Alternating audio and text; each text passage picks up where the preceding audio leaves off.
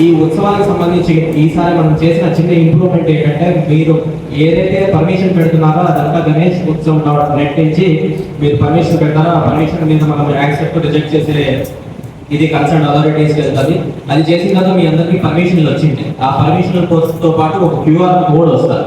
ఆ QR code మీ పండాల దగ్గర మీరు పేస్ట్ చేసుకోవాలి. సో పోలీసు వాళ్ళు మండపాలు తిరిగినప్పుడు ఒక మండపం నుంచి ఇంకో మండపం నుంచి ఒక 10 మండపాలు అలా తిరిగినప్పుడు ఆ క్యూఆర్ కోడ్ మా వాళ్ళు స్కాన్ చేస్తారు. స్కాన్ చేసినప్పుడు వాళ్ళు ఏ టైంలో ఆ మండపాన్ని దర్శించారో, ఏ టైంలో అక్కడ ఉన్న పరిస్థితుల్ని గమనించాలన్న విషయం మాకు ఉన్నతాధికారులకు తెలుస్తుంది. సో ఆ క్యూఆర్ కోడ్ మీరు ఖచ్చితంగా డౌన్లోడ్ చేసుకోవాలా. ఆ క్యూఆర్ కోడ్ ఖచ్చితంగా మీరు డౌన్లోడ్ చేసుకుని పేస్ట్ చేసుకోవాలి.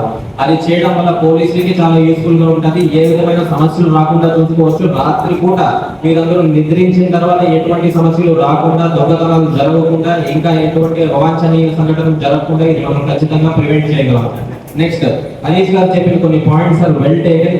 దీనికి సంబంధించి పీస్ కమిటీ మీటింగ్ లో పోలీసు వాళ్ళు ఒక్కడే ఉండొచ్చు. నెక్స్ట్ టైం నవరాత్రికి సంబంధించి కానీ, తర్వాత క్రిస్మస్ కావచ్చు కానీ, నెక్స్ట్ కొన్ని ముస్లిం సోదరుల యొక్క పండుగలు ఏదైనా కానీ పీస్ కమిటీ మీటింగ్ లో మిగిలిన డిపార్ట్మెంట్స్, లైన్ డిపార్ట్మెంట్స్ ఉండే వాళ్ళని కూడా మేము ఖచ్చితంగా ఇన్వైట్ చేసి ఇందులో పార్టిసిపేట్ చేసేటట్టు చూస్తామండి.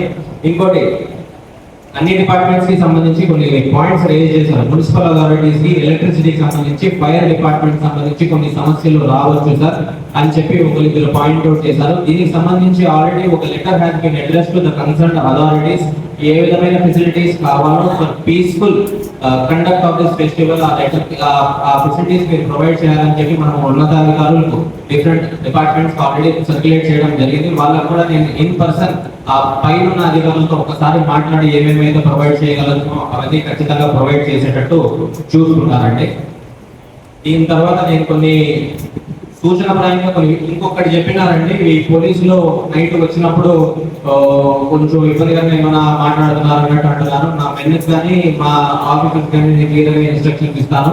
పండగ అనేది అందరూ సెలబ్రేట్ చేసుకునే టైం కాబట్టి సూచనప్రాయంగా, నెమ్మదిగా, సామరస్యంగా, సౌమ్యంగా మీ అందరికీ చెప్తారు. మీరు కూడా పోలీసు వారికి ఖచ్చితంగా సహకరించాలని కోరుకుంటున్నాను. ఎందుకంటే లాస్ట్ 3-4 years లో పోల్చుకుంటే, మిగిలిన ప్లేసెస్ లో పోల్చుకుంటే 1-2 కేసులే కావచ్చు.